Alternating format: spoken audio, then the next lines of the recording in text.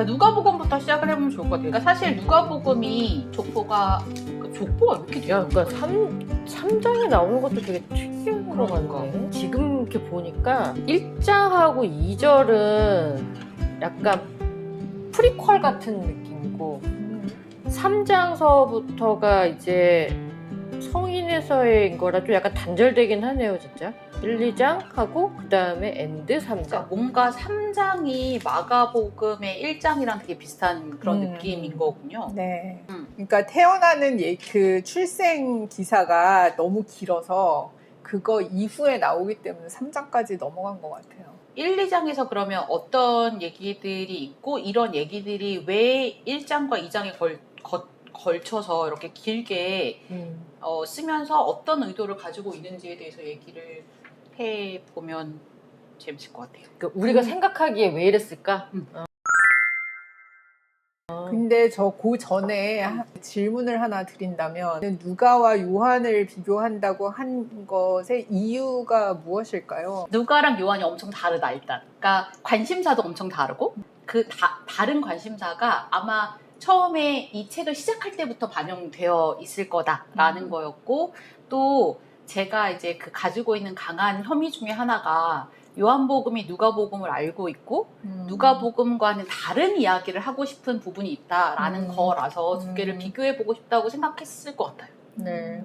왜냐하면 저는 그게 두 개가 너무 차이가 크기 때문에 이걸 비교하는 게 무슨 의미가 그러니까 있나 차이가 해서. 커서 그러니까 어떤 부분을 보고 싶은 거냐면은 그러니까 그 써니님이 그러니까 이게 독자가 누구예요? 라고 했을 때 누가복음과 요한복음은 그 독자의 차이를 극명하게 보여줄 수 있다고 생각했던 것 같아요. 네. 저는 근데 1장 비교해서 봤을 때 뭐 다른 거는 모르겠고 누가복음 읽다가 요한복음을 읽으니까 요한복음이 약간 연극 시작할 때 극대본 같은 거예요. 약간 그런 느낌을 받았고 누가복음은 에세이? 처음에 엘리사벳 얘기 막 나오고 이런 느낌 받았습니다. 이게 그 누가복음은 훨씬 더 약간 이야기체에 가깝잖아. 네네. 그렇죠? 맞아요. 요한복음을 극본처럼 나도 읽히는 때가 되게 많아요. 태초의 말씀이시네요. 맞아. 그리고 그 이제 요한복음을 새 한글 요번에 나온 거 있잖아요. 네네. 거기서 요한복음이 역사적 현재라는 시제를 되게 많이 쓰거든요. 근데 그 역사적 현재를 다 현재로 번역을 한 거예요. 그러니까 그걸 읽으니까 이건 진짜로 너무 연극 대본 같은 거야. 요한복음. 그래서 그 역사적 현재는 마치 지문처럼 읽혀요. 그래서 이거는 근데 이제 모든 걸 그렇게 쓴 건 아니고 어떤 중요한 장면들에서 이런 기법을 쓰고 있는 거 아닌가? 그래서 실제로 이게 그렇게 상연이 되도록 의도된 것은 아닌가라는 그런 생각이 들더라고요. 요한복음은. 그래서 연행비평이라는 게 있잖아요. 맞아요. 요한복음도 그렇고 마가복음도 그렇고 연행비평이 있어요. performance criticism. 제가 지금 뭔가 그 사람 이름을 까먹었는데 그 예일대에서 요한복음 전공한 요한복음을 다루시는 되게 생각이 안 나. 근데 이제 그 분이 요한복음의 극적인 성격에 대해서 다룬 책을 저도 읽어본 적이 있거든요. 근데 약간 그 루이스 마틴이라는 사람이 사회 비평을 할 때 요한복음 9장 가지고 주로 하는데 요한복음 9장을 이게 보면 그리스 희곡이랑 너무 비슷한 거예요. 그래서 막 이제 주인공 2명만 등장하고 그다음에 코러스 있고 그렇게 딱 짜여져 있거든. 그리고 4장도 사실 그렇잖아요. 주인공 둘 있고 그다음에 코러스 있고. 저는 약간 신학이라는 걸 접하지 않은 상태에서 라는 뭔가 그거를 계속 이제 깔고 있다 보니까 네 근데 우선은 1장들만 봤을 때는 그러니까 예수의 이야기를 어쨌든 시작하는 데 있어서 그러니까 세례 요한과의 어떤 그 연결이 중요한 이유가 무엇일까라는 거에 좀 이제 그러니까 질문이 생겼거든요. 그러니까 두 가지의 그 두 복음서의 뭐 성격이든 독자든 이게 뭐 현저히 달랐다고 또 가정하고 네 그럼에도 이제 세례 요한의 이야기를 시작부터 이렇게 큰 비중으로 다루는 네 그러니까 예수의 탄생 이야기를 다루기 전에 왜 또 세례 요한의 탄생을 이제 말할 수 있는 사가랴 그의 부모 이야기까지도 왜 넣고 뭐 그의 아버지의 예언이라고 말할 수 있는 그것도 이제 1장 아래다 넣고 그런 게 어떤 의미가 있는 걸까라는 좀 질문이 좀 새롭게 생겼고, 그러니까 뚜렷한 이제 등장인물들이 있는 거잖아요. 그래서 아까 말씀하신 어떤 이제 뭐 대본 같은 뭐 이렇게 그럴 수도 있는데, 저는 반대로 그러니까 누가복음 1장만 일단은 봤을 때는 그러니까 약간 이런 거 뭐 뮤지컬 한 장면 같다는 좀 생각이 들었어요. 네, 뭔가 갑자기 이렇게 그 마리아에게 조명이 이렇게 딱 비치면서 이게 노래인지 뭐 노래라고 할지도 모르겠지만 막 OST 이렇게 막 이렇게 뭐 깔리면서 막 그렇게 될 수가 있고, 오히려 요한복음 그 1장의 앞부분은 그러니까 뭐 만약에 뭐 영화화 했을 때 검은 거에 이제 글이 달리잖아요. 뭐 태초, 그러니까 그 뭐 왕조 이야기 한다 그러면 몇 년도에 뭐 이렇게 시작했어. 뭐 이런 배경 설명하는 것 같은 뭐 이제 그렇게 나타낼 수 있지 않을까, 그냥 이렇게 생각을 했는데, 그러니까 그 제가 지난번에 질문했던 뭐 독자가 누굴까라고 했을 때, 네, 그냥 요한복음은 하나님을 믿는 사람 혹은 집단에게 쓴 거 아닐까? 저는 1장만 읽었을 때는 그렇게 좀 생각이 들었어요. 누가복음에서 세례 요한의 출생을 왜 이렇게 그러니까 확장시켜서 말했을까에 대해서 얘기해보면 재밌을 것 같아요. 공관복음 공부할 때 보면은 세례자 요한과 예수의 그 관계를 굉장히 그 긴밀하게 보거든요. 그래서 예수가 세례 요한의 계승자다.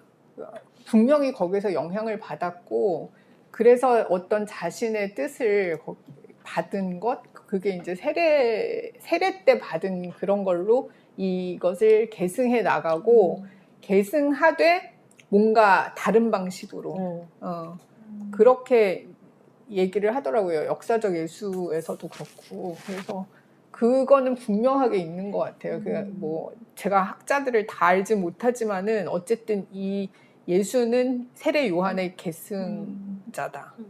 예언자적 어떤 그런 의미에서. 세례 요한이라고 이렇게 설명을 할 때 그냥 뭐 한 제사장의 아들이었다 이렇게 설명할 수도 있는데, 유대왕 헤롯 때 아비야의 반열의 제사장 한 사람인 사가랴 그들의 자녀인 세례 요한 이렇게 설명한 게 저는 좀 오늘 새롭게 들어왔어요. 그래서 그러니까 이게 지금 그 엘리사벳은 아론의 자손이잖아요. 근데 음. 아론도 그쵸. 대제사장이잖아요. 그러니까 그 우리가 생각하는 제사장에 대한 태도가 모든 복음서가 같지는 않다라고 볼 수도 있을 것 같고요. 룩골라님이 말씀하신 것처럼, 그러니까 아마 요 시대에서는 세례 요한이 엄청 중요했을 거예요. 세례 요한의 제자들도 되게 영향이 컸을 거고, 그리고 이제 사실 그 요한복음은 그냥 되게 대놓고 처음에 제자들이 세례 요한의 제자들이었어라고 말하잖아요. 되게 그러니까 중요한 사실이었을 것 같고, 그거를 대놓고 밝히는 건 요한이긴 하지만 세례 요한이 되게 중요하다는 건 이미 앞에서부터 계속 얘기됐던 건데, 누가는 그걸 확장시켜야겠다고 생각했고, 왜냐하면 세례 요한이 예수를 증거하는 데 있어서 너무 중요한 인물이야. 그러니까 이 누가복음은 세례 요한과 예수를 친인척 관계로 묶는 거잖아요. 그러니까. 친인척 관계를 묶으면서 예수는 사실은 근데 보잘것 없는 게 너무, 그러니까 이미 드러나 있어. 그 사람의 어떤 이 혈통에는 뭔가 그럴듯한 혈통이 없는 게 사실이잖아요. 그런데 세례 요한을 끌어들여가지고 세례 요한이 태중에 있을 때부터 제사장의 계통인 그 부모들, 특히 엘리사벳으로부터 인정을 받은 그런 존재가 되는 그런 거를 하고 싶었다, 누가는. 그러니까 그리고 그게 헬라 문화, 그러니까는 헬라 로마 문화의 문화권에서 어떠한 그 영웅적인 탄생을. 그런 걸 묘사하기 위한 수단으로서 그 탄생 설화, 우리나라 뭐 무슨 뭐 박혁거세 뭐 이런 거 그런 것처럼 그런 게 있었다는 거죠. 그래서 그 황제들한테도 다 그 탄생 설화가 있었대요. 이게 이제 예수에 대해서 그런 방식으로 표현하고 묘사하고자 하는 그런 그러니까 문화적인 그런 출생부터 이랬다라는 거는 막 알렉산더가 되게 그 유명해지고 나서 사실 빌립 대왕의 아들인 거잖아요. 네. 그런데 이 사람이 그 뭔가 이제 되게 지위가 높아질수록 어머니가 뱀과 자서 그 음. 뱀의 어떤 그러니까 그 신화적인 인물로 만드는 거야. 뭐 약간 반신반인처럼 그렇게 만드는 작업들이 다 있었고 그러니까. 누가는 그거를 끌어오는 게 되게 분명해 보여요. 제 눈에는. 거기에 엄청 관심이 많아. 예술 그렇게 만드는. 처음에 어쨌든 시작부터 이렇게 순서대로 짚겠다고 했잖아요.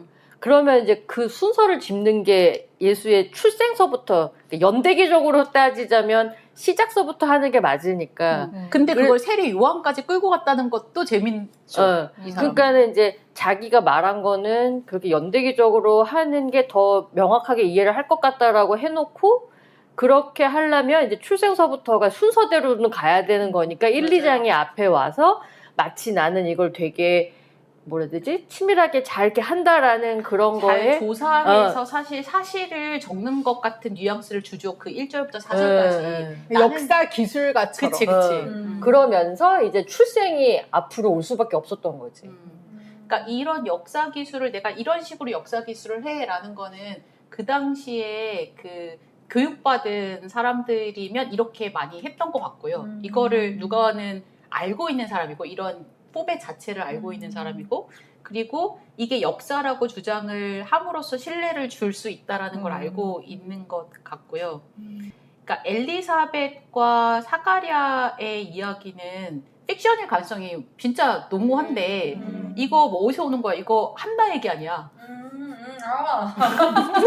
사무엘 얘기잖아요. 네, 그러니까 그 나이 들어서 그 아이를 못 낳는 여성들의 모티프가 사라에서도 오는 거고 뭐 한나에서도 오는 거고 이런 식의 모티프는 되게 많고 그런데 그런 그 어머니에게서 태어난 굉장히 귀한 아들이 하나님께 이렇게 바쳐지는 그런 것도 사실 되게 비슷한 모티브죠. 왜냐하면은 요한도 그렇게 키우는 거잖아요. 나시린처럼. 그래서 아마 그런 모티프를 사용해가지고 이렇게 썼을 것 같다. 누가가 이런 식의 어떤 유대적인 그 지위랄까? 여기도 되게 관심이 많았던 것 같아요. 다 유대 사람들이 존경할 만한 사람이고 사실 세례 요한은 엄청 존경을 받았던 게 맞고 근데 그런 사람이 인정한 예수의 이야기잖아요. 그러니까 이렇게 쓸 때에는 호소하고 싶은 사람들이 유대에서 유력한 사람들일 가능성도 저는 되게 크다고 생각해요. 그러니까 이 이야기가 그냥 그 가난하고 없는 사람들에게서 머물지 않고 이게 확장됐으면 좋겠다. 그런 사회적으로 지위를 가진 사람들에게 인정받는 이야기가 됐으면 좋겠다라는 욕구가 이게 깔려 있는 거 아닌가라는 생각도 저는 합니다. 질문이 여기에 보면 마리아 창가가 여기에만 있나? 네. 그죠? 네. 마리아를 이렇게 높인 이유가 뭐가 있을까? 신비로운 탄생에서 마리아가 핵심적인 역할을 할 수밖에 없다고 생각해요. 저 오면서 이제 그런 생각 했거든요. 그러니까 제가 그때 말씀드렸잖아요. 이게 이제 1장을 읽으면 엘리사벳에 대한 이야기도 그렇고 마리아에 대한 이야기도 그렇고 여성들이 엄청 중요한 그런 포지션을 가지고 있다. 근데 이제 이게 뒤로 갔을 때에 누가가 묘사한 여자들과 그러면 어떻게 매치될까에 대해서 생각을 해봤는데 일단 엘리사벳은 제 생각에는 그렇게 위협적인 인물이 아닌 것 같아요. 일단 그러니까 나이가 든 어머니로 나오잖아요. 그리고 막 숨잖아요. 그러니까 뭔가를 드러내서 그 자기 의견을 피력하는 여자가 아닌 거예요. 누가는 그런 여자들을 환영하는 것 같아요. 초기 공동체에서 여자는 엄청 중요했어요. 여자가 없었으면 아마 기독교는 없었을 거라고 저는 생각하거든요. 근데 그러니까 청중 자체의 여자들이 많은데 그 여자들을 무시할 수는 없다고 생각해요. 이야기에서. 근데 그럼 어떤 여자여야 되는가? 라는 이슈가 남아있는 거죠. 그런데 그러니까 막 말을 많이 하고 의견을 제시하고 이런 여자가 부담스러운 거야. 그렇지만 뭔가 뒤에서 든든하게 막 물심양면으로 서포트 해주는 여자들은 필요하거든. 근데 엘리사벳은 딱 그런 역할에 적합하다고 생각이 들더라고요. 그러니까 엘리사벳을 전면에 세우는 건 부담스럽지 않아. 마리아는 그러면 근데 마리아도 보면은 어떻게 말하냐면은 당신 마음대로 해라. 난 다 받아들이겠다. 이렇게 순종적으로 나오잖아요. 그리고 마리아의 노래 마리아 노래할 수 있죠. 찬양할 수 왠지 있지. 하얀 한복 입었을 것 같아요. 되게 순종하겠어요, 막 이러면서. 아까 약간 근데 네. 누가복음을 가지고 네, 네. 얘 옛날에 이제 그 교회 학교에서 뭐 성탄절 되면은 맞아요. 연극하잖아요. 그럼 저 아직도 기억나는 게 저 성탄절 때 저는 역할이 사탄이었거든요. 근데 이제 그 어머니 마리아랑 그다음에 요셉이 막 아기 안고 뭐 쟤를 죽여야 돼! 막 이러면서 막 어떻게 하면 막 화를 내고 막 이런 역할이었는데 그냥 희미한 기억 속에서 그 마리아의 역할을 맡았던 여자 학생 아마 초등학생이었겠죠? 되게 막 여리여리 예쁘고 막 이러고 남편이 막 이렇게 해주고 막 그러니까 약간 그런 이미지인 거야 누가복음이. 그러니까 별로 위협되지 않지 않았을까? 그러니까 누가가 이렇게 마리아의 입을 통해서 이런 이야기를 하는 것이 엄청 뭔가 여성에게 엄청난 힘을 실어주거나 이런 것과는 좀 다르게 볼 수도 있지 않을까? 뭐 이런 생각을 하면서 왔어요 오늘은. 아까 저는 좀 뒤에 누가복음 3장 보다가 좀 표현이 그러니까 이 버전 때문일 수는 있겠는데 3장 23절에 네, 다른 버전들도 같이 보시면 여기에 그러니까 예수께서 활동을 시작하실 때 그는 30살쯤이었다. 그는 사람들이 생각하기로는 요셉의 아들이었다. 그러니까 그는 요셉의 아들이었다가 아니고 사람들이 생각하기로는 요셉의 아들이었다라고 지금 제가 읽고 있는 데에 써 있는데요. 그러니까 사생아 예수인데 아, 이제 이게 사생아로는 아니니까 그냥 사람들이 알기로는 그러죠. 근데 여기 올라가서도 보면 나단은 다윗의 아들. 왜 나단이 다윗의 아들이에요? 그러니까 자기 마음대로 적는 아 진짜 나단은 선지자. 맞아요. 그러니까 중요한 사람들 좋은 사람 이름 갖다 적는 거. 그러니까 아담은 하나님 아들이 것도 웃긴 거잖아. 이 그 원문에 보면은 얘가 모르고 쓴 거야? 알고 쓴 거야? 이 실수를? 족보요. 네. 그러니까 사실 족보라는 건 존재하지 않아요. 그러니까 족보가 이스라엘이 존재하지 않았을 가능성이 저는 높다고 생각하거든요. 왜냐하면 북이스라엘 721년에 망했고 망하면서 누가 족보 가지고 갔겠어요? 근데 이제 돌아오는 사람들이 막 족보를 읊잖아요. 그 에스라 느헤미야에 보면은. 근데 그거는 새로운 이데올로기적인 선언일 가능성이 훨씬 더 커요. 그 족보가 그럼 맞냐? 틀리다고 저는 알고 있거든요. 그러니까 그 구약의 앞쪽의 이야기들이랑 맞춰보면은 틀린 게 되게 많고 지금 그리고 뭐 이제 마태랑 누가도 족보 다르고 그러니까 사실 이 사람들이 관심 있는 거는 진짜 어디서 족보 구해가지고 그걸 하는 게 아니라 자기가 중요하다고 생각하는 사람들을 저는 넣고 있다고 생각해요. 그러니까 그 마태 같은 경우에는 뭐 누구냐 라합이나 아니면 뭐 룻이나 이런 사람들을 넣는 반면에 누가복음은 또 그렇진 않잖아요. 그러니까 자기가 중요하다고 생각하는 사람들, 그러니까 이 예수의 계통에서 이 사람들이 존재하는 것이 중요하다고 생각하는 사람들을 넣었다고 저는 생각하고 또 하나 구약의 족보도 사실 그쵸 아닐 거예요. 그리고 그 창세기에 나오는 족보 봐봐 말도 안 되는 얘기죠. 막 300살까지 살고 자기가 하고 싶은 말에 필요한 걸 끌어오는 거. 그렇죠. 마태도 14대가 중요하니까 계속 끊잖아요. 맞아요.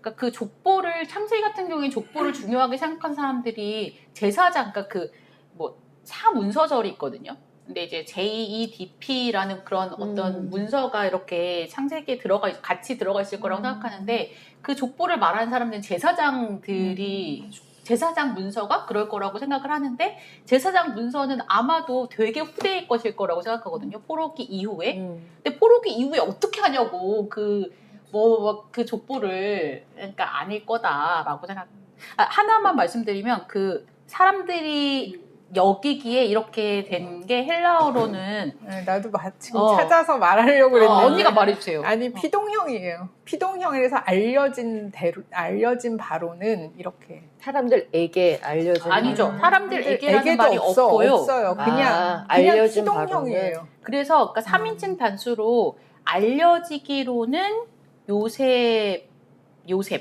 아들 뭐 이런 식인 것 같아요. 그렇죠? 네. 그러니까 사람들이 믿기에는이라는 말은 아니고 그냥 알려져 있기로 그렇다. 그러니까 아닌데 사람들이 그렇게 믿었다라는 뜻은 또 아니야. 그거 너무 과대해석이지. 그건 과대해석이고 그냥 그렇게 알려져 있다. 그거는 뭐 그냥 있을 법한 얘기네. 사람들이 네. 누구의 아들이라고 하더냐? 그러면 요셉의 아들이에요. 왜냐하면 이렇게 하는 요셉은 거지. 일찍 죽었다면 어. 그렇게 말할 수 있는 거잖아요. 그렇겠네. 요셉이 지금은 없으니까 그쵸. 그렇게 말할 수 있겠다. 요셉의 족보가 나왔잖아요. 일단 제사장 계열이야. 아, 제사장 계열 되게 중요하고 지금 루가한테. 그 다음에 2장 4절을 보시면 요셉이 누구냐면 다윗의 집 족속이에요. 근데 이게 말이 안 되는 거거든. 왜 말이 안 되냐면 이 사람 나사렛 출신이잖아. 근데 그러니까 다윗의 동네로 그래서 가야 되잖아요. 아마 갈릴리 나사렛이면은 다윗 유다 지파 아니고 다른 지파였을 가능성이 훨씬 더 크다. 근데 그 족보로 내려가 보면은 족보에 34절을 보시면 34절에 아브라함, 이삭, 야곱이 나오잖아요. 네. 근데 야곱의 아들로 유다가 나오잖아요. 그러니까 여기 맞네. 베레스는 맞네. 네. 그래서 이제 이게 아마 그러니까 야곱의 아들로 유다가 나오는 거 좀 이상해. 야곱의 아들 중에서 제일 중요한 사람 누구예요? 요셉. 요셉이거든요. 그러니까요. 근데 이게 유다 지파인 게 너무 중요한 거야. 다윗 유다 지파인 게 중요한 거고 누가에게도. 그리고 그러니까 이게 여기서 지금 30절에 보면은 아까 그 차돌님이 말씀하신 것처럼 정말 이상하게 유다 또 나오고 요셉 나오고 레위 나오고 이게 맞을 것 같지는 않은데 중요한 사람 자기가 중요하다고 생각하는 사람 넣는 것 같거든요. 근데 레위도 중요하다고 생각하는 건 레위는 제사장 그러니까 아까 지파잖아요. 그런 얘기다.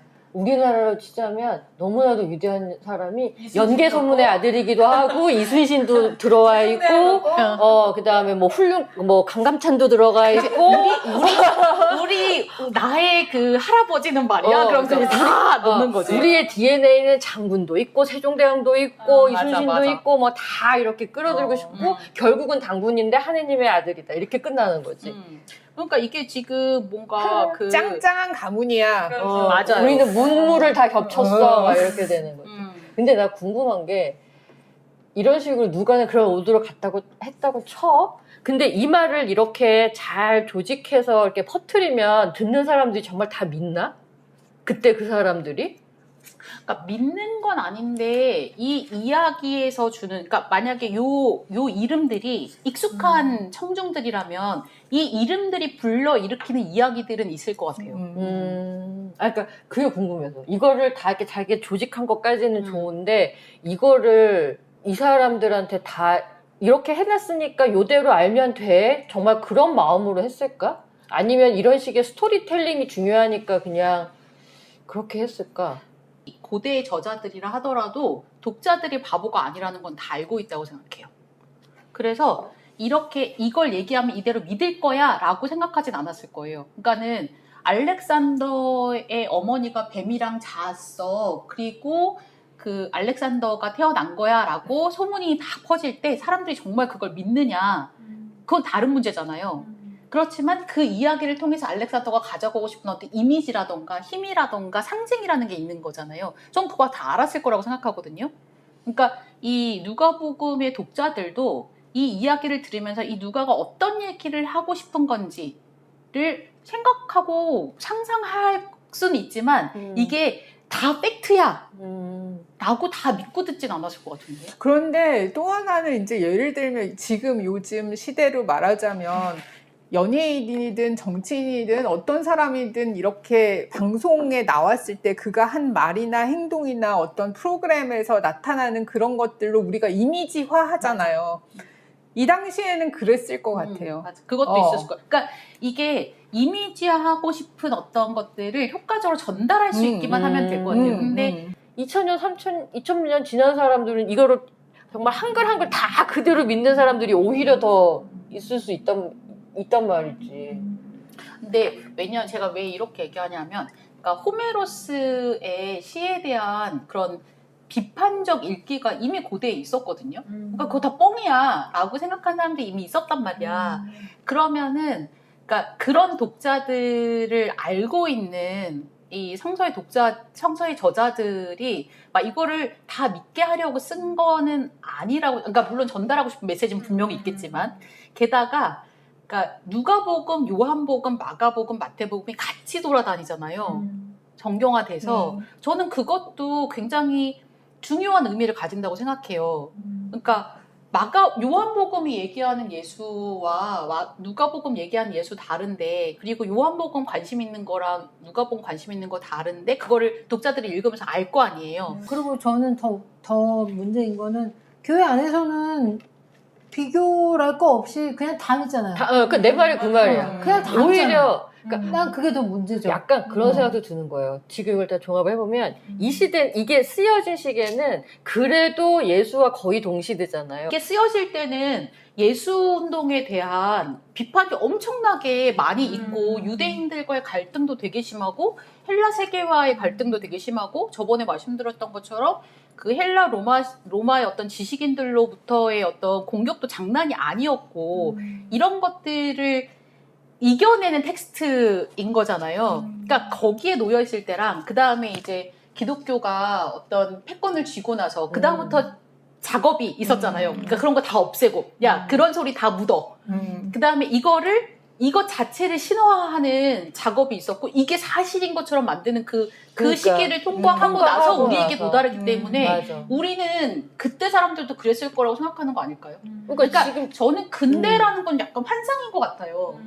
그러니까 근대에 와서야 우리가 이런 생각을 할 수 있게 됐어. 그러니까 인간이 이런 생각을 할 수 있게 됐어라는 거는 좀 오만한 것 같고, 그러니까 중세를 거치기 전에 고대에서의 그리스도교는 사실은 훨씬 더 치열하게 싸우고 있었다. 근데 그렇게 치열하게 싸우고 있었던 맥락 속에서 이게 되게 나이브하게 다 받아들여질 거야? 라고 믿고 썼을까? 그러니까 예수라는 사람과 예수라는 사람을 통해서 모인 사람들, 그 사람들이 경험한 어떤 놀라운 삶의 어떤 변화라던가 이런 것들 너무 전하고 싶었을 것 같아요. 근데 이 이야기를 어떻게 하면 효과적으로 널리 퍼뜨릴 수 있을까를 고민했을 것 같고, 그리고 이런 이야기가 필요한 독자가 있다는 걸 알았을 수도 있고, 이렇게 썼을 때, 아, 예수는 이렇구나. 그러니까 난 예수를 그럼 믿어봐야겠다. 이렇게 알아봐야겠다. 라고 생각한 사람들이 있다고 생각했기 때문에 썼을 수도 있을 것 같아요.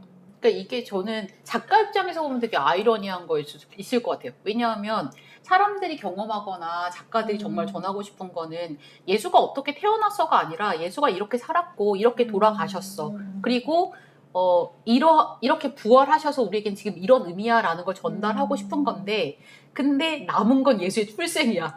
예수가 이렇게 놀랍게 태어나셨으니까 그분은 신이야. 이것만 남은 거는 너무 아이러니일 것 같다라는 생각이 들어요. 근데 누가가 너무 글을 잘 써. 그래서 이게 엄청, 그리고 이걸 이제 앞에다 꽝 이렇게 박아놓으니까 이게 제일 중요한 것처럼 돼버린 거 아닐까? 그리고 스토리 자체가 되게 아름답잖아. 맞아. 어찌 됐거나. 그쵸. 그리고 또 그거에 대해서 되게 심혈을 기울였을걸? 근데 저는 지금 내 생각을 여기다 씌우면서 읽었거든요. 그러니까 반응이 사가랴 반응은 내가 그 말 믿으라는 겁니까? 해가지고 이제 말을 못하고 어떻게 일종의 벌을 받아요. 근데 이제 마리아는 이렇게 받아들이는 거예요. 받아들여서 이제 더 띄워주는 거지. 그래서 저는 이게 두 개가 비교가 되더라고요. 맞아. 근데 그렇게 많이 해요. 학자들도 그렇게 많이 해요. 대조시키는. 그래서 그래서 충분히 읽으신 게 맞을걸요? 근데 이제 거기에 더 저는 꼬은 거죠. 꼬았다기보다는 이거 오히려 여자는 좋게 쓰고 남자가 나쁘게 썼네 뭐 이러면서 누가 생각은 또 뭘까 하면서 좋게 보게 되도록 만들었던 것 같아요. 그러니까 저는 그래 좋게 본 거예요. 아, 네. 사실 근데 마리아도 뒤에 하지만 어떻게 그럴 수 있습니까? 그러니까 얘도 약간의 의심이 있었거든. 근데 얘한테는 넌 내 말 안 믿으니까 뭐 이런 얘기 안 하고 가브리엘이 딱 사가리한테만 너는 내 말 안 믿으냐? 그러면은 너는 뭐 말 못한다고 막 이렇게 해버리니까. 그래서 그게 좀 내가 사가리였으면은 억울했을 것 같은데 막 이런 생각도 들고, 그래서 이제 반대로 저는 이제 오히려 이렇게 이 사람이 이렇게 기본 통념과 다르게 썼기 때문에 더 신뢰가 가는 거예요.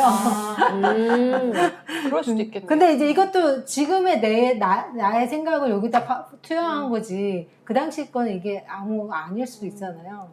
근데 제 생각, 그러니까 이게 그 통념적으로 생각했을 때요. 사가랴는 문제 제기를 할 수 있는 사람인 거예요. 그러니까. 문제 그러니까 제기를 억울할 것 했는데 그 벌로 말을 못하게 돼. 침묵시켜. 침묵당해. 근데 마리아는 사실은 문제 제기를 할 수 있는 사람이 아니었을 가능성이 크죠. 못 배운 어린 여자잖아요. 그래서 오 하다 보니까 그냥 받게 됐어. 그랬더니 얘는 노래를 시켜줘.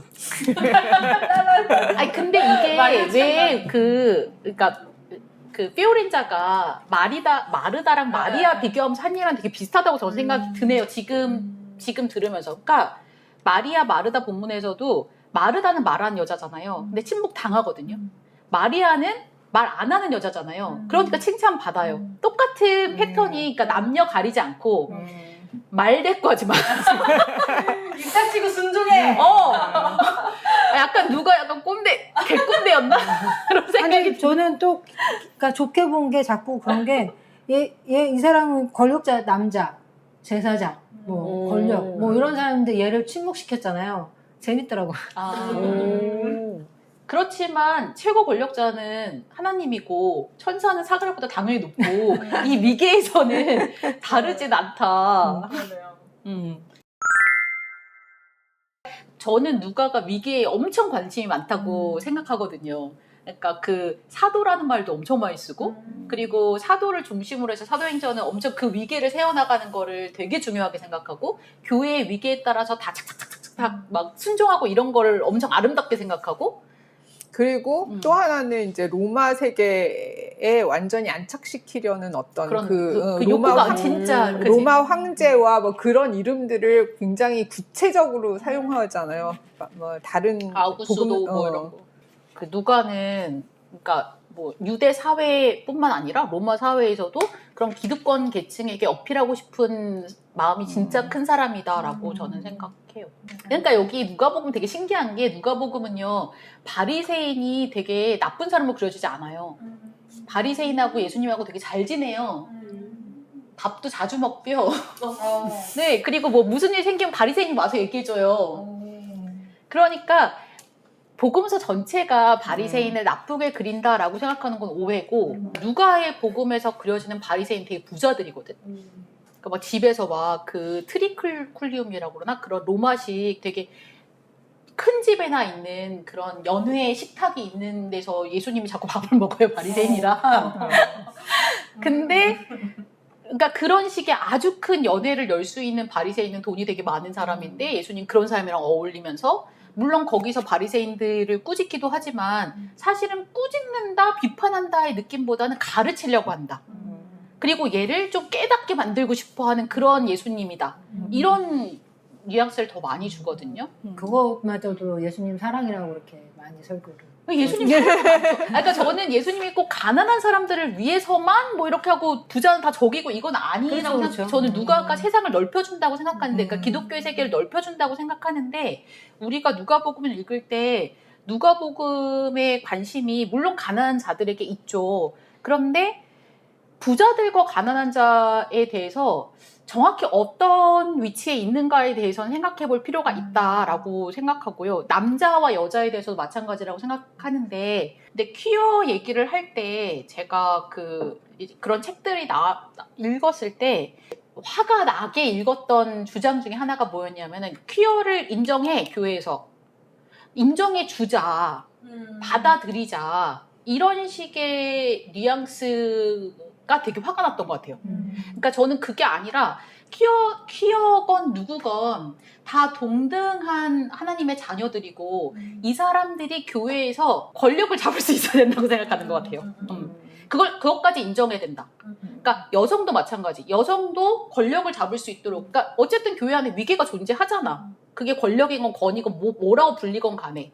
근데 누군가는 회중의 자리에만 있어야 된다고 규정한다면 그게 어떻게 인정하는 게 될 수 있지? 근데 뭔가 그건 안 돼. 근데 교회 안에 들어오는 것까지 허락할게. 나는 이게 되게 위선이라고 생각이 드는. 시혜적이네요. 거예요. 예, 시혜적인. 차근법에서도 그것만 빼고 하겠다 똑같은 거예요. 맞아요. 뭐 그런 것도 그렇고. 근데 전 누가가 그렇다고 생각하거든요. 누가가 그렇죠. 아 결국에 누가를 깔려고 그랬구나.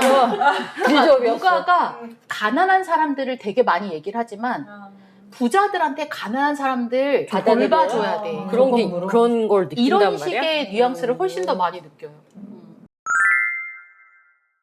일단 요한복음은 어떻게 태어났는지 1도 관심이 없어. 그냥 처음부터 그 태초에라는 거는 창세기를 떠올리게 하는 거고, 말씀으로 이제 하나님이 그 세상을 창조했다라고 하는 것에서 그 말씀을, 창세기는 하나님의 말씀인데 말로 창조하신 건데 이 요한복음은 거기서 착안해가지고 그 말씀을 다른 존재로 설정을 하고 있고, 근데 그 로고스라는 개념, 그러니까 로고스가 그 세상을 만든다 라는 그 개념은 완전 헬라적 개념이긴 한 거죠. 그러니까 이게 헬라 어떤 철학이나 이런 거에도 요한복음은 되게 능했을 거다라고 얘기를 하긴 하는 것 같고요. 이제 요한복음에 와서는 예수가 그 확실히 어떤 완전히 다른 존재가 되는 것 같아요. 그러니까 마리아에게서 태어난 것도 중요하지 않아. 그러니까 혈통으로 난 자가 아니야, 이자는. 그냥 하나님의 아들이야. 태초부터 하나님과 함께 계셨어. 하나님의 아들이야라는 개념이 여기서 등장하는 것 같고, 구약에는 하나님을 본 사람들이 있다라고 얘기하잖아요. 그러니까 뭐 야곱도 하나님과 싸웠잖아요. 근데 요한은 그 전엔 하나님을 본 사람이 없다고 그냥 선언을 해버리는 거예요. 그리고 오직 독생하신 하나님만, 약간 그 예수 그리스도만 받고, 그러니까 그 복음서 중간에도 내가 하나님을 직접 봤기 때문에 나는 알고 너희는 모르고, 이런 식의 어떤 개념들이 계속 나오고, 저는 이게 요한의 엄청 특이한 점이라고 생각하는데, 19절에 보면 이제 유대인이 등장하거든요. 근데 유대인들이 예루살렘에서 제사장들과 레위인들을 보낸 사람들이에요. 그러면 유대인들은 누구냐 하면은 레위인들과 제사장들 위에 있는 사람이죠. 명령하는 사람. 유대인들하고 약간 선을 그어요. 세례 요한 말을 별 안 하죠, 딴 데서는. 근데 요한복음에서는 세례 요한의 어떤 증언을 진짜 중요하게 길게 넣어요. 그리고 막 반복해서 말하기도 하고. 왜 그럴까요?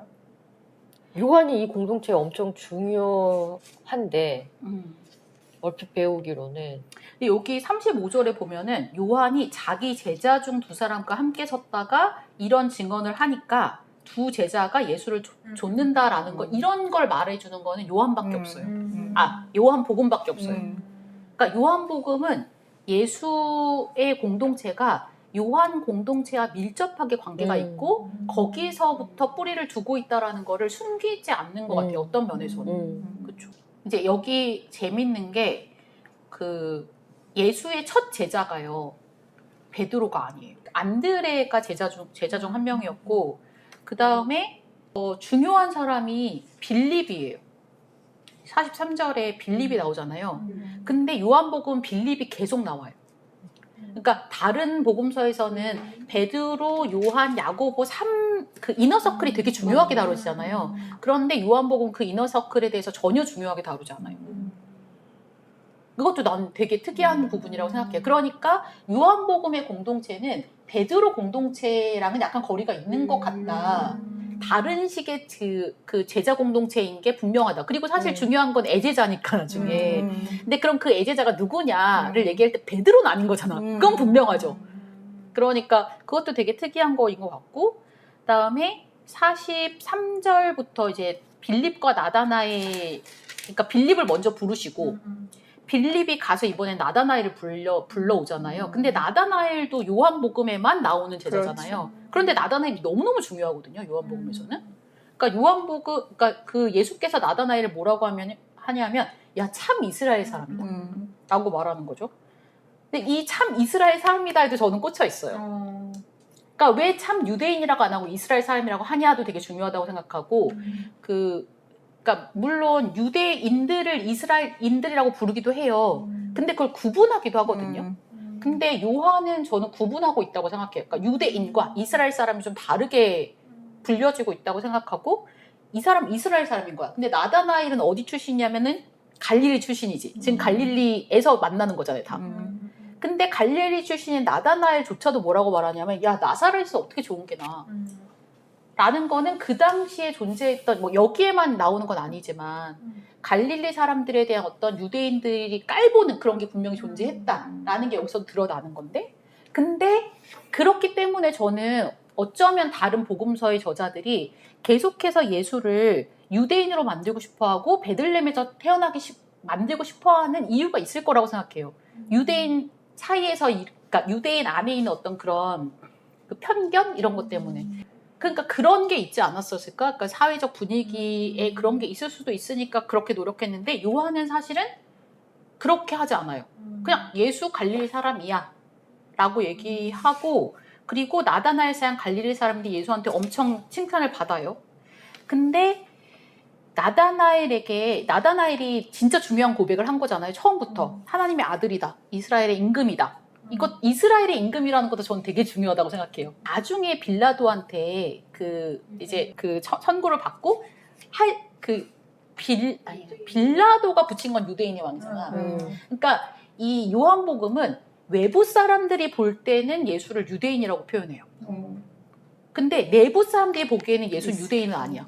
근데 50절에 보면은 그러니까 50절에 되게 중요한 말인데 야, 너희가 진짜 중요한 걸 보게 될 텐데 더 중요한 걸 보게 될 텐데 그게 뭐냐면 하나님의 사자들이 인자 위에 오르락 내리락 하는 걸 보리라.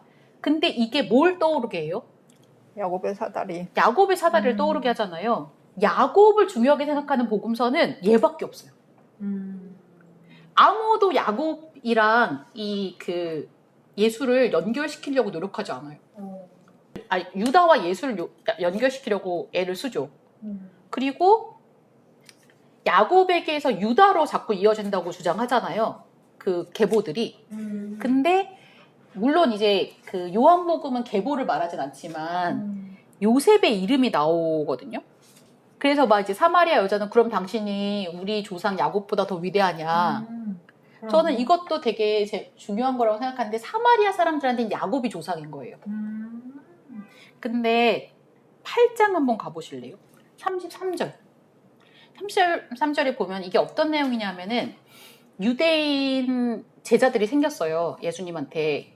근데 예수님이 이 말씀을 하신 거야. 진리가 너희를 자유케 하리라. 유명한 말씀이잖아요. 그럴 때 유대인들이 빡친 거예요. 왜 빡쳤냐면 야 우리가 아브라함의 자손이야. 남의 종이 된 적이 없어. 순 거짓말이죠. 이런 말 한 거야. 그러니까 이제 너희가 아브라함의 자손인 줄 내가 안다라고 37절에서 말씀하시는 거잖아요. 유대인들은 자기 조상이 아브라함이에요.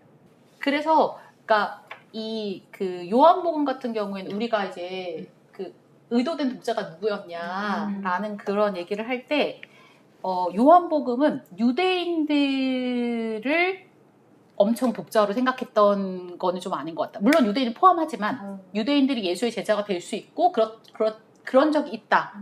사실 나다나엘과 누구죠? 아리마대 요셉? 아리마대 요셉이 시신을 수습하잖아요. 요한복음에서. 그러니까 유대인을 굉장히 중요한 사람들이 제자로 들어왔지만 이 공동체의 메인은 아닌 거예요. 제가 느낄 때는. 그래서 이 사람들은 아까 요한복음이 의도로 하는 혹은 요한복음의 공동체는 북이스라엘 전승이 더 강하게 작용하는 사람들이 아니었을까라는 예수는 이스라엘인이라고 해야지 더 맞는 것 같은데 물론 그 이스라엘인은 유대인보다 상위 개념이니까 그러니까 우산텀처럼 이렇게 유대인을 포함할 수 있지만 그렇지만 또 어떤 면에서는 다르기도 하거든요. 근데 그 다른 것에서 유대인의 포커스를 두기보다는 이스라엘의 포커스를 두고 있는 것 아닌가? 뭐 이런 생각. 그러려면 이스라엘과 유다인으로 썼을 때에 그게 어떤 뉘앙스와 전달하려는 의미가 있는 건지가 구분이 가면 좋겠네. 제가 제이슨 스테이플스라는 학자가 실제로 이스라엘은 누구를 가리키는가라는 책을 썼어요. 그래서 그 이스라엘이라는 근데 그 사람 신약학자거든요. 이제 구약의 그 용례들이랑 그 다음에 요세푸스의 용례들을 다 찾아가지고 정리를 한 다음에 그런 다음에 이제 바울에게 와가지고 그 이스라엘이 그럼 바울에게서 어떻게 쓰이고 있는가 뭐 이런 것들을 연구를 한 건데 뒷부분은 제가 안 읽어봤고 근데 거기에 보면은 그러니까 이스라엘이라는 이름은 사실은 북이스라엘의 이름인 거예요. 북이스라엘 부를 때 이스라엘 그리고 남유다를 부를 때 유다라고 부르는데 나중에 이제 이 이스라엘을 유다가 다 뭔가 이제 뭐랄까 전유하는 그런 과정들이 있었는데 그럼에도 불구하고 요세푸스에서도 보면은 유다 사람들만 부를 때 이스라엘이라고 잘 안 한대요. 그런 게 있더라고요. 그리고 뭐 히브리 사람 이렇게 히브리어를 말하는 사람 이렇게 쓴다. 근데 제가 책을 더 열심히 읽어봐야 되긴 하는데 그런 연구들이 있긴 있다. 그리고 요한복음은 분명히 두 개를 다르게 쓰고 있다. 이러나요. 그래서 이런 거를 이제 그 박사 논문에 어쨌든 써보려고. 근데 너무 재밌는 게 그냥 우리가 지금 읽을 때 저는 그러니까 예수라는 존재는 모든 이데올로기를 뛰어넘을 만한 어떤 그런 존재로 인식을 했는데 복음서는 그 독자에게 정확히 어필하고 싶었던 그 성골, 진골, 뭐 출신 이런 게 있었다는 게 되게 또 새롭고 신선한 것 같아요. 그래야 설득이 된다라고 믿었겠죠. 그러니까 그 이스라엘 땅에서는 팔레스타인 땅에서 그 당시에는 지역색이라는 게 장난 그러니까. 아니었을 거예요. 그러니까 당연하지. 아니 마가에도 나와요. 그러니까는 그 예수 재판 때 그 베드로가 맞아, 여기 맞아. 뒤에서 이렇게 있는데 너 갈릴리 너 사람. 갈릴리 사람이지 않냐? 너 말투를 보니 갈릴리 사람이다. 이 얘기를 하거든요. 맞아. 그러니까 되게 치열한 책이구나. 복음서가 정치적으로 되게 치열하게. 그러니까 어떻게든지 그러니까 그 신하님이 말을 하는 것처럼 어떻게든지 예수를 유대인으로 만들고 어떻게든지 예수를 뭐 요한복음의 의도라면 이스라엘 사람을 하고 어떻게든지 이게 너무너무 중요했던 거지. 저는 설득이 더 강했을 것 같은데, 그러니까 요한복음은 어떻게든 이스라엘인으로 만들려는 건 아닌 것 같고요. 그러니까 유대인이라는 게 훨씬 더 뭐랄까 그러지 메리트가 붙어. 이 사람이 우리 지도자가 우리가 믿는 사람이 유대인이라는 게 훨씬 더 큰 메리트예요. 왜냐하면은 그러니까 이방 세계에서 물론 그 자기를 이스라엘 삶이라고 부르는 사마리아의 어떤 그리심 성전에 뭐 자기 정체성을 두는 사람들이 존재를 했지만 유대인 공동체가 훨씬 더 컸고 사람들은 대부분 내가 그리심산에다가 뭘 보내는 이스라엘인다 그래도 외부 사람들 다 유대인이야라고 불렀을 거예요. 왜냐하면 다 똑같은 말 쓰고 뭐 똑같이 생활하고 그러니까 그 공동체가 그럼 그렇게 퉁쳐지는 거잖아요. 그러니까 유대인이라고 하는 게 훨씬 더 이득일 것 같아요. 제 생각에는.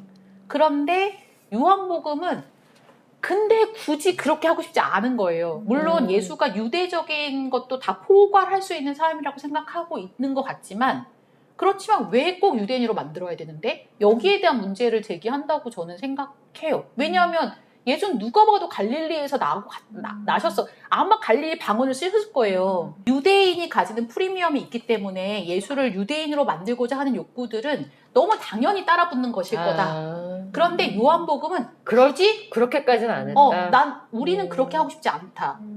예수의 갈릴리성을 그냥 인정하고 싶다. 라는 것처럼 보인다는 거고요. 그게 만약에 진짜 그렇다면 그 메시지가 되게 좋다라는 거지. 저는 그러니까 좋다 싫다를 떠나서 요한복음이 다르다라는 얘기를 하고 싶은 것 같아요. 그러니까 이런 얘기를 하고 있는 복음서도 있다고. 다 모든 그 복음서가 예수가 유대인이라고 말하는 게 아니라 예수의 갈릴리성을 인정하고 그리고 그 갈릴리성에 기반해서도 충분히 여러 가지를 극복할 수 있는 그런 이야기들을 할 수 있다라고 생각하는 집단이 있었고 근데 우연히도 그 갈릴리성이라는 거는 주변적인 정체성이란 말이죠. 근데 그 예수의 주변적 정체성을 전면에 내세우는 복음서가 있다. 그리고 그게 우리에게 해준 얘기가 되게 많다고 나는 생각한다. 뭐 이런 얘기를 해보고 싶은 것이죠. 그러면 저희가 그래도 4번 8주 해봤습니다. 어떠셨는지 짧게 소감, 감상, 평 등등을 얘기해보면 좋을 것 같아요. 써니님부터.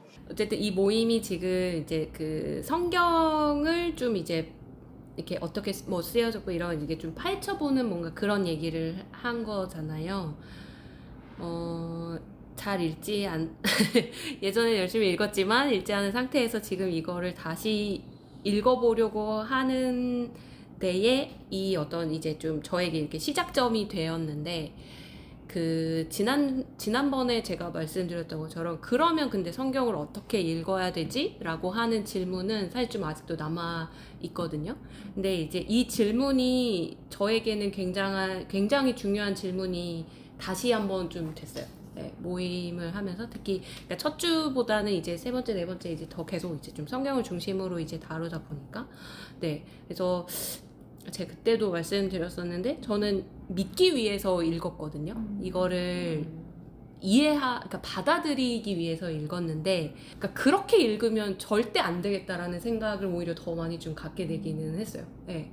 그러니까 왜냐하면 의도를 가지고 쓴 것도 있을 거며, 그러니까 저는 그 오류도 어쨌든 믿음으로 받아들여야 된다라고 그렇게 좀 생각한 것 같아요. 막 삼위일체 너가 몰라서 이해를 못하는 거지. 이거는 막 이제 네, 뭐 이거는 막 연구도 뭐 하여튼 하고 이거를 이제 풀어내고, 그래서 그러니까 그 오랜 세월 동안 그거를 뭐 이제 많은 사람들이 고민하면서 어쨌든 계속 이렇게 믿어야 돼라고 왔기 때문에 이거를 믿어야 돼 이건데, 그러니까 그냥 지금은 네 오히려 이거를 그러니까 진짜 어떻게 왜 읽어야 되지? 부터를 시작해가지고, 그러니까 그 질문을 남겼는데, 뭔가 되게 좀 뭐 어떤 신앙적인 입장에서는, 아니 신앙보다는 그냥 기독교적인 뭔가 입장에서는 되게 좀 후퇴한 걸 수도 있겠지만, 신앙적인 면에서는 저는 오히려 더 이렇게 좀 앞으로 나갈 수 있는 게 아닐까라는 좀 생각은 들었어요. 다음이 뭐 어떻게 기약을 할 수 있을지는 모르겠지만, 네, 그냥 개인적으로는 그거를 또 다음 언젠가 또 그걸 중심으로 다루면서 또 네, 성경을 이야기하는 시간을 가지면 좋겠다. 전 옆에서 또 이제 거들고 질문을 남기고 네, 그렇게 하고 싶다라는 생각이 들었습니다. 네. 저는 네 번 하면서 그러니까 처음부터 그렇게 느꼈지만 딱 문제는 아니다라는 생각을 그 질문에 대한 답을 그렇게도 얻었던 것 같고, 그 다음에 내가 지금의 교회로 왜 못 돌아가는가가 더 공고해진 것 같아요. 그게 약간 예전에는 희미했다면 그렇구나라는 생각이 좀 더 강해졌는데, 이게 뭔가 리헵센터처럼 이걸 하고 나면 돌려보내야 되는지.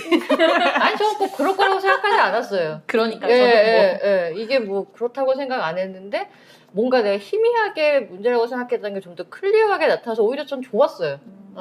그 다음에 만약에 우리가 다음이 있다면 조금 더 왜 우리가 모이는 게 좋을지에 대한 고민이 좀 더 있었으면 좋겠어요. 그래야 좀 더 움직일 수 있을 것 같아요. 근데 저는 이렇게 수평적으로 얘기하는 거가 좋은 것 같아요. 그러니까 일반 교회 못 가는 거겠죠. 이제 새로운 시도를 하는 교회라도 이제 이렇게 강대상이 있고 막 이렇게 분리가 돼 있으면 좀 별로인 것 같고, 제법 주일 성수 했다고 생각했던 그 1년 어간을 다녔던 교회에서도 결국에는 이제 없다 했지만 목사와 성도라는 위계가 있을 수밖에 없는 걸 깨달아가지고, 그런 거가 이제 제가 별로 진짜 아닌가 봐요. 근데 아니라고 생각했는데 확인이 된 거죠. 그래서 여기서는 그냥 이게 그러니까 각자 생각은 달랐어도 어쨌든 지향점이 같은 사람들이 이야기를 하는 게 좋았던 것 같고, 근데 이제 말씀을 이제 2주하고 오늘 이렇게 2번을 했는데 참 낯설긴 하더라고요. 그래서 참 많이 멀어졌구나 이제 그런 생각이 좀 들었고, 근데 오늘 이제 아까 이스라엘이 뭐냐, 이제 이스라엘 도대체 바운더리를 정할 수가 없잖아요. 근데 그거는 어디나 마찬가지잖아요. 한국인은 뭐예요? 그럼 저기 러시아에 있는 고려인도 한국인인가 아닌가 뭐 이런 거를 막 따지면 끝이 없잖아요. 거기서도 이제 또 러시아 사람이랑 태어난 아이는 그럼 뭐야? 뭐 그런 거잖아요. 그러니까 저는 예전에 저 혼자 그냥 좀 열심히 읽을 때 성경을 읽을 때에도 저기 애굽에서 400년 동안 얼마나 많이 섞였겠어요. 엄청 섞였을 거 아니에요. 그리고 이제 거기서 나올 때도 니네 우리 따라갈래? 따라와 하는 사람 다 오겠잖아요. 그럼 그 사람들도 나중에는 정착하고 팔레스타인에 정착해서 이스라엘이 된 거잖아요. 그래서 도대체 이거를 왜 이렇게 사람들은 자꾸 선긋기를 하려고 할까? 그래서 그 낙인 찍힌 몸이라는 책이 있어요. 거기서도 그 뒤에 이제 아우구스티누스인가? 그 사람도 저기 이집트 위쪽 북아프리카에서 책 쓴 거잖아요. 그러니까 그쪽에도 엄청나게 기독교가 왕성했다고. 그럼 이제 거기 사람들하고도 섞여서 이제 흑인 이스라엘인이 많은 거예요. 그래서 그거를 그때 언제지? 이제 이스라엘이 팔레스타인 영국이 맘대로 니네 땅 줄게 하고 내려와서 시간이 좀 지난 다음에 여기에 있는 이스라엘 흑인 이스라엘을 데리고 오는 거를 무슨 작전 해가지고 모세 작전 막 이래가지고 데리고 와 것도 엄청 이슈였다고 그러더라고요. 근데 그렇게 막 선전을 해놓고 결국 여기 와서는 똑같이 이 흑인 이스라엘인들은 제2 시민인 거지. 예. 얘네들은 이제 그런 거의 하녀들이 하는 노예들이 하는 일을 하는 식으로 이분화된 거죠. 지금도 이제 그렇게 가고 있다라는 거죠. 도대체 이스라엘이 뭐냐? 흑인도 이스라엘이고 또 저쪽 유럽에서는 다 섞였으니까 백인도 이스라엘이고 그잖아요. 원래 팔레스타인은 아시아잖아요. 그러면 다 이스라엘 이렇게 되는데 그래서 왜 이렇게 그게 그렇게 중요한가? 그런 생각인데 오늘도 얘기했지만 우리 한민족이라고 하면서도 그 전라도 이렇게 갈라치기를 해야만 이익을 얻는 자들이 있어서 그렇게 된 건데 왜 거기에 자꾸 편승을 할까? 좀 마음이 아프기도 하고. 네. 근데 어쨌든 예수가 어디 출신이냐? 막 이런 얘기를 하다가 이런 생각까지 온 거라 또 생각을 또 그러니까 분절돼 있던 생각들이 이제 조금씩 모아지기도 하고 그런 계기도 되고. 재밌었다. 네, 모은 사람들이 재밌으면 어느 정도 의미는 좀 있는 거 아닌가? 나름 유익했다. 그렇게 생각합니다. 감사합니다. 네, 저는 일단은 언니들 만나서 좋았고요. 레귤러 베이시스로 만졌잖아. 그래, 만나서 너무 좋았고요.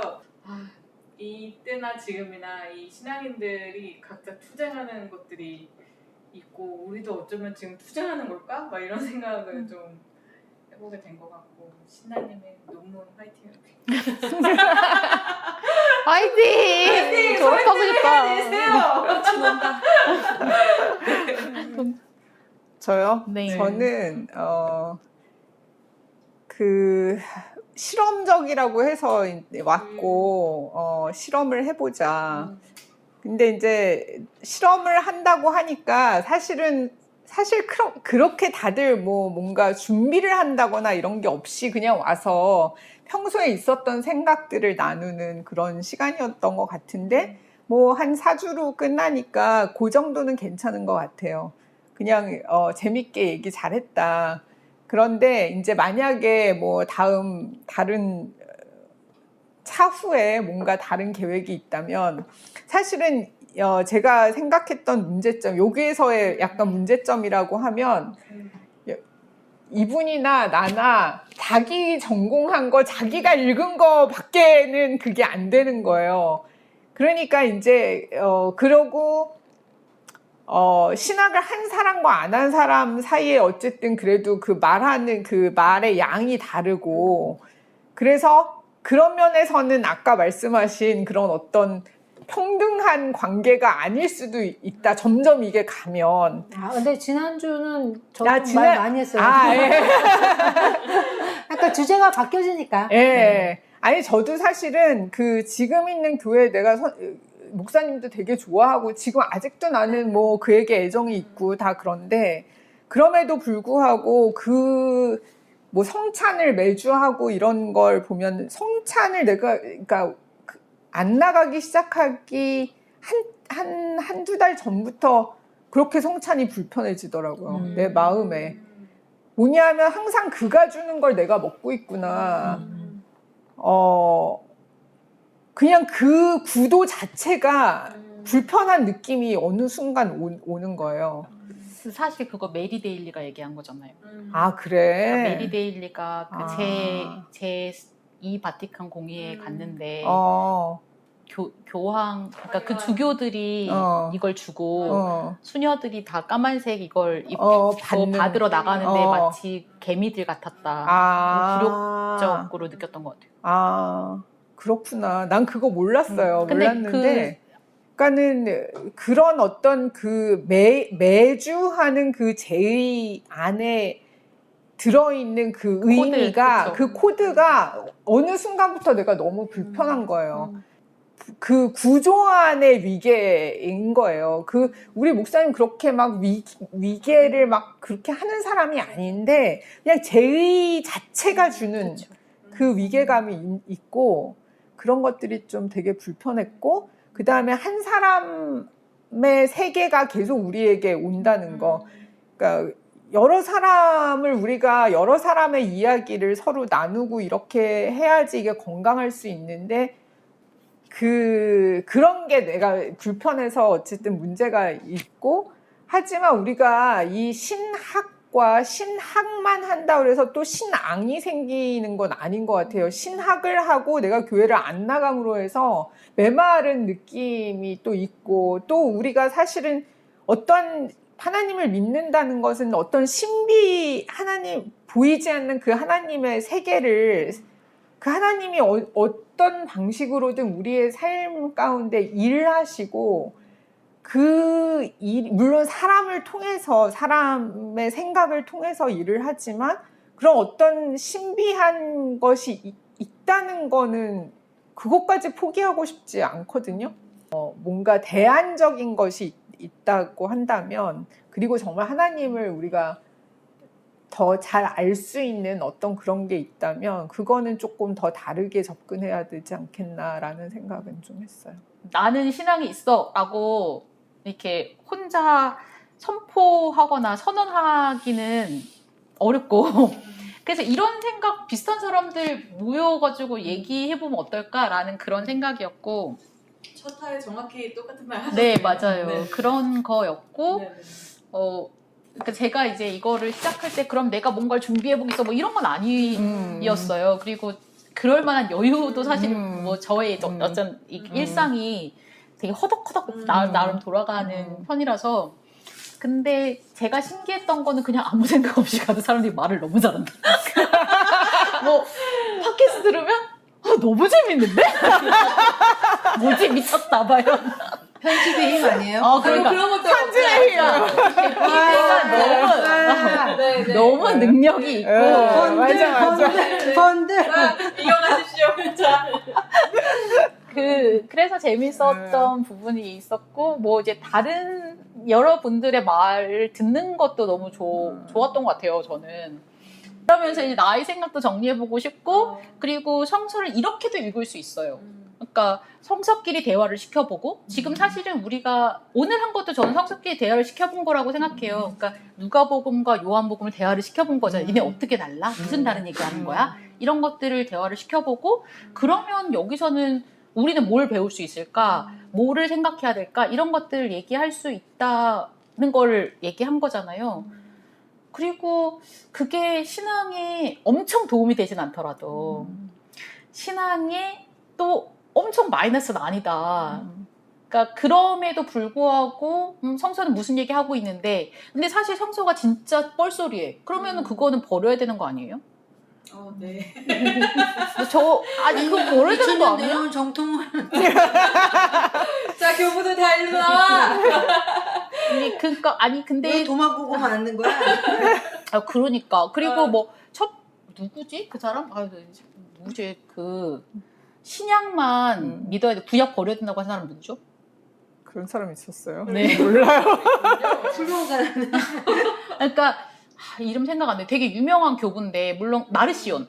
마르시온인 것 같아요. 이거 확인해봐야 될 것 같은데 되게 유명한 교부인데 물론 이 사람 뭐 이단처럼 되게 욕을 많이 먹긴 했지만 구약을 왜 버려야 된다고 주장했냐면 구약의 하나님 너무 폭력적이야 라는 거였거든요. 시윤이 맞네요. 근데 그 문제의식은 아주 처음부터 있었던 것 같아요. 그리고 그거를 우리가 가지는 건 너무 당연한 거죠. 그런 하나님을 받아들일 수 없다. 그러니까 어떤 하나님을 받아들일 수 없다, 있다를 우리가 판단할 수 있어야 된다고 생각하고, 모든 하나님을 다 받아들인다고 했을 때 거기서 저는 문제가 생긴다고 생각하거든요. 그래서 뭐 이렇게 비판적으로 읽는다, 비평적으로 읽는다라는 것이 그러면은 신앙을 망쳐라고 이꼴돼 있는 거는 어떤 관습적인 생각일 수도 있다. 여기에 도전 좀 더 해보고 싶다. 이런 생각은 있는 것 같아요. 얕죠. 모르는 거 많고 틀린 것도 많을 거예요. 좀 저번에 어제 것도 들어보다 나 왜 이런 얘기하지? 막 이런 것도 있어요. 그렇지만 또 듣는 분들의 입장에서는 또 새로운 얘기일 수도 있고 그렇다고 신학자들이 다 맞는 얘기만 해요. 그것도 아니고 목사님들 다 맞는 얘기만 해요. 아니지, 아니지. 그러니까 너무 주눅들지 말자. 주눅은 안 들어. 주눅은 안 드는데. 아니, 그러고 나는 이렇게 어쨌든 평신도가 이 신학을 공부해서 그러니까 아는 사람한테 말하는 것과 목사가 모르는 사람한테 말하는 거는 완전히 천지 차이라고 생각이 들거든요. 그러니까 평신도가 많이 공부해야 된다고 봐. 저도요. 네. 그러니까 저 영국에서 공부를 할 때 교회에 다녔는데 거기에서는 평신도들 집에 가면은 정말 서재에 기본적인 주석들은 다 있거든요. 그러니까 주석 다 보고 스스로 공부하는 거예요. 그게 너무 당연한 신앙의 모습이라고 생각하거든요. 그러면은 말하는 사람도 함부로 말할 수 없게 그렇지. 되는 거잖아요. 그러니까 그런 정도의 수준의 어떤 신앙을 목표로 뭐 해볼 수 있지 않을까. 의지해서 가보겠습니다. 근데 당장은 이제 저희가 약간 시즌제처럼 만약에 청원이 있으면 시즌 2를 하는데 가을에 하시죠. 네, 시즌 2를 언제 할지는 잘 모르겠다. 뭐 어쨌든 재미있었고요. 네. 네, 그렇습니다. 참여해 주셔서 감사합니다. 네. 반갑습니다. 박수. 네. 봬요. 네.